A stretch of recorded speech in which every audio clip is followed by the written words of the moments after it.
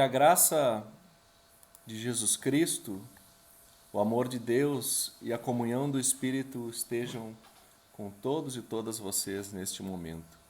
Amém. Caras irmãs, caros irmãos em Cristo, em 2014 eu me lembro de ter sido convidado a participar de um encontro na África do Sul chamado Moving Mountains, que significa movendo montanhas. Um encontro de jovens de vários países, lideranças jovens nas suas igrejas, nos seus contextos. E lá nós trabalhamos vários temas de liderança e uma das atividades propostas era escalar uma montanha. Na cidade do Cabo tem além daquela famosa montanha da mesa, Table Mountain, tem a Lion's Head Mountain, que significa a montanha da cabeça de leão. É uma montanha que demora umas 2-3 horas para subir, assim, com algum grau de dificuldade no final. E nós então dividimos em grupos, e cada grupo tinha a responsabilidade de se apoiar mutuamente durante a subida com as dificuldades que poderiam ocorrer. No meu grupo tinha uma pessoa com obesidade, bastante, digamos assim, incapacitante até certo nível. Ao menos era o que a pessoa pensava para si própria durante aquela subida. Uma jovem que hoje eu já não me lembro mais o nome, mas que marcou muito a minha vida. Aquela experiência marcou muito, por isso que eu estou compartilhando com vocês também. Essa jovem africana chegou em um determinado momento da subida e sentou numa pedra. E alguns do nosso grupo já estavam indo na frente, né, ansiosos por chegar no final do caminho da subida. E ela sentou numa pedra comigo e com mais um colega e disse que nós podíamos ficar tranquilos em continuar em frente, porque ela não se sentia mais em condições de continuar subindo. E nós dissemos para ela que tudo bem, se ela não se sentia mais em condições de ficar subindo a montanha, continuar subindo, mas que nós ficaríamos com ela ali, né? Ela ficou muito contrariada, queria que nós continuássemos a subida, e a gente disse, não, nós vamos ficar com você aqui, né? E aquilo foi um motivador para ela se sentir acompanhada. E com muito empenho de todas as pessoas, na verdade. Muito empenho de todas as pessoas. Uma subida muito difícil.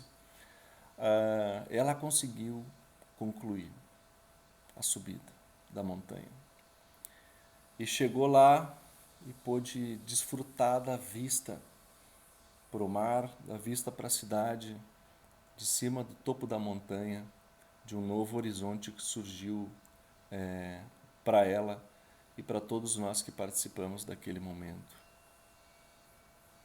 Eu lembrei dessa experiência de caminhada e de subida da montanha na África do Sul, quando li esse testemunho sobre o cego Bartimeu, que em determinado momento estava também sentado numa pedra na beira do caminho, pedindo esmola, sem muitas pretensões, sem muita esperança. O que poderia ele esperar que fosse acontecer na sua rotina, no seu dia, que pudesse gerar esperança de inclusão, de melhoria nas suas condições de vida? Naquele momento surgiu Jesus, com uma multidão que o acompanhava, e Jesus vinha pelo caminho. E o cego, então, certo, já tinha escutado falar sobre Jesus e percebeu que havia ali uma oportunidade. Surgiu um fato novo, uma nova razão para a esperança.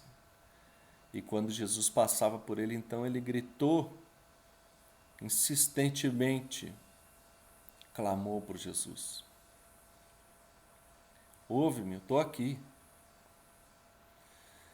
E ele foi evidentemente desmotivado pelos organizadores daquela procissão, geralmente os discípulos que estavam em redor, e precisavam proteger Jesus de tantas pessoas que vinham pedir, que vinham em direção a Jesus, querendo tocar nele, querendo conversar com ele.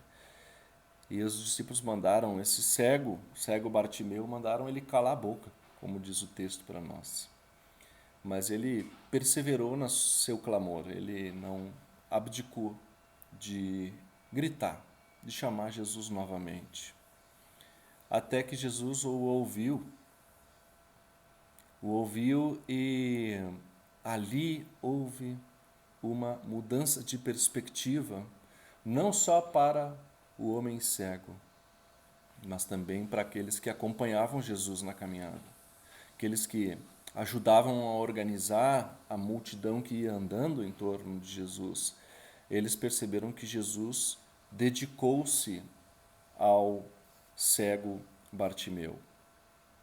E logo chamaram ele. Levanta-te, Jesus está te chamando. Aproveita a tua oportunidade, vem logo. E quando Bartimeu chegou diante de Jesus, o que Jesus perguntou para o cego é interessante. Né? O que ele quer? O que você quer? Não está subentendido que a única coisa que ele quer é a cura da cegueira. Né? Podia querer outra coisa, podia querer perdão dos pecados, ele podia querer uma orientação, uma bênção, uma palavra para a sua vida. Podia pedir por outra pessoa. Jesus ouviu o seu clamor e colocou-se inteiramente à disposição de Bartimeu.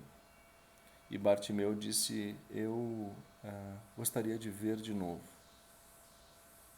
Certamente era a forma dele poder ter mais dignidade na vida, condições de trabalho, de inclusão social, naquele tempo em que mendigar esmolas era a única possibilidade que ele tinha, sentado numa pedra na beira do caminho. Quero ver de novo, ele disse. E Jesus, como em outras curas, ressalta que foi curado por causa da sua grande fé. O relato da cura de Bartimeu se encerra com este voltando a ver, se alegrando e seguindo Jesus pelo caminho.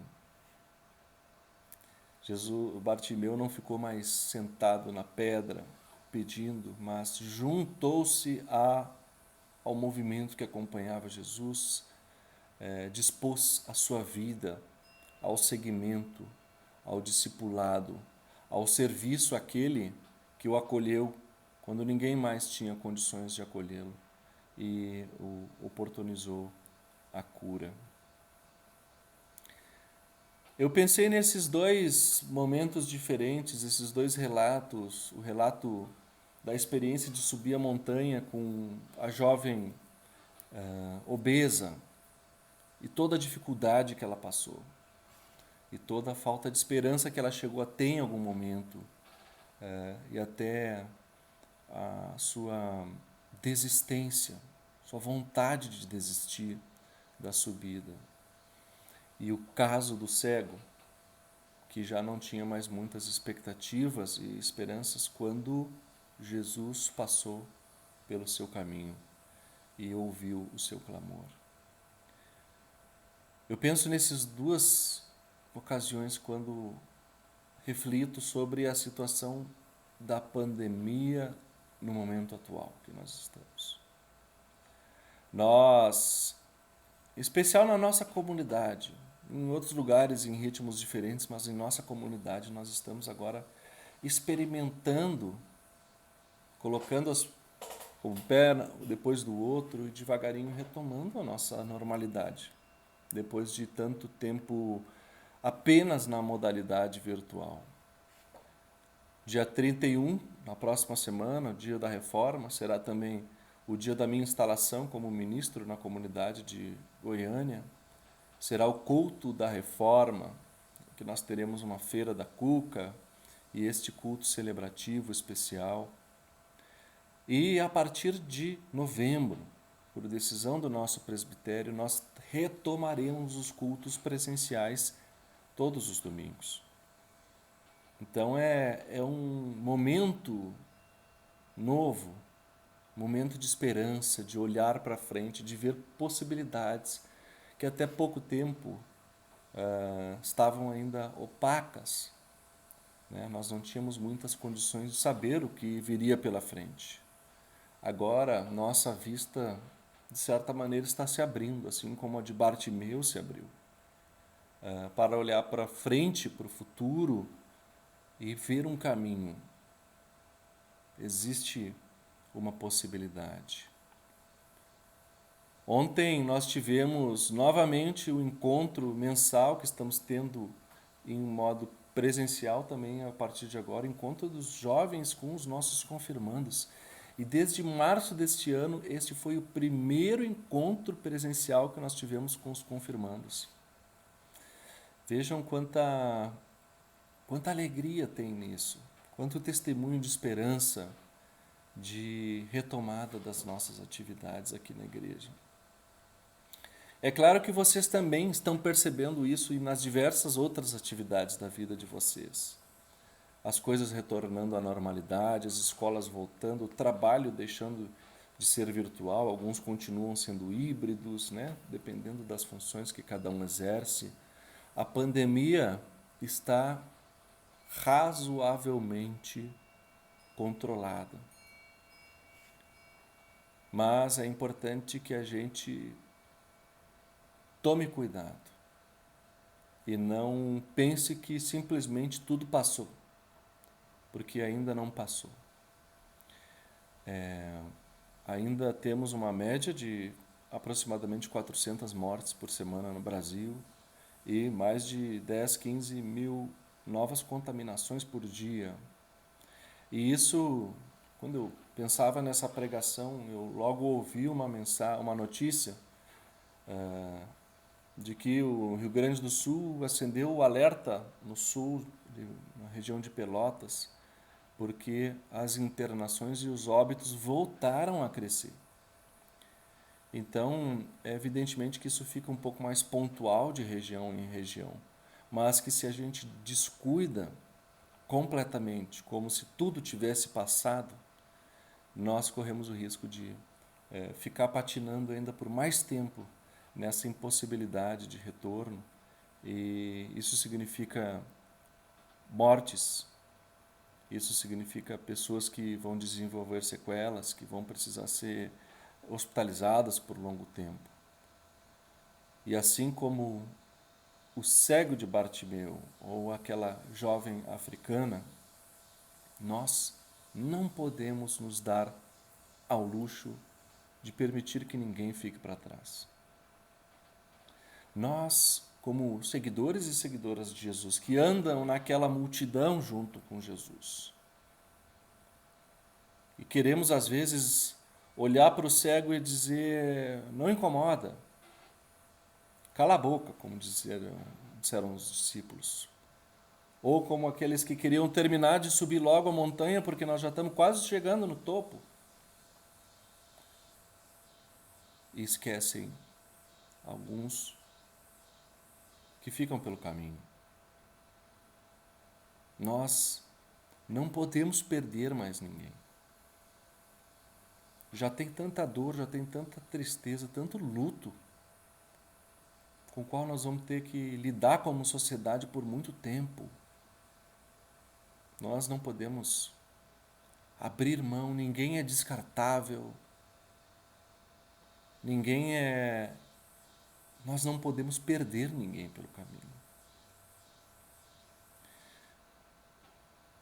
Os cuidados devem continuar.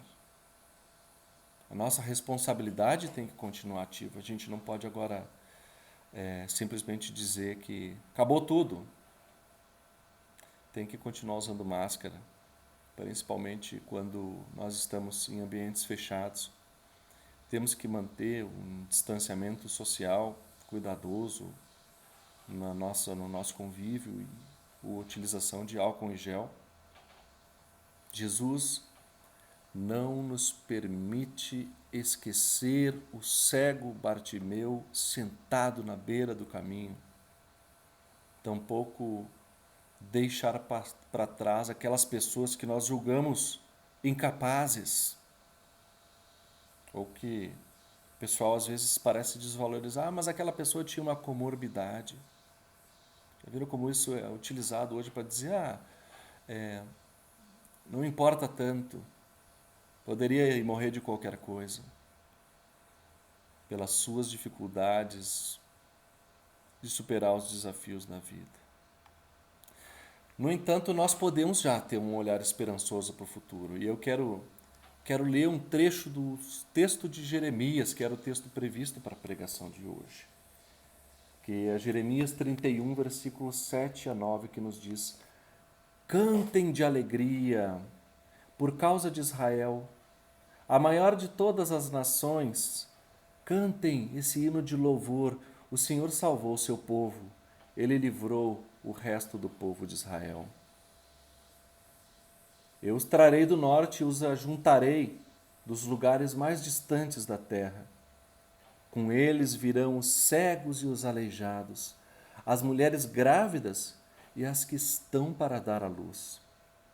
Eles vão voltar como uma grande nação.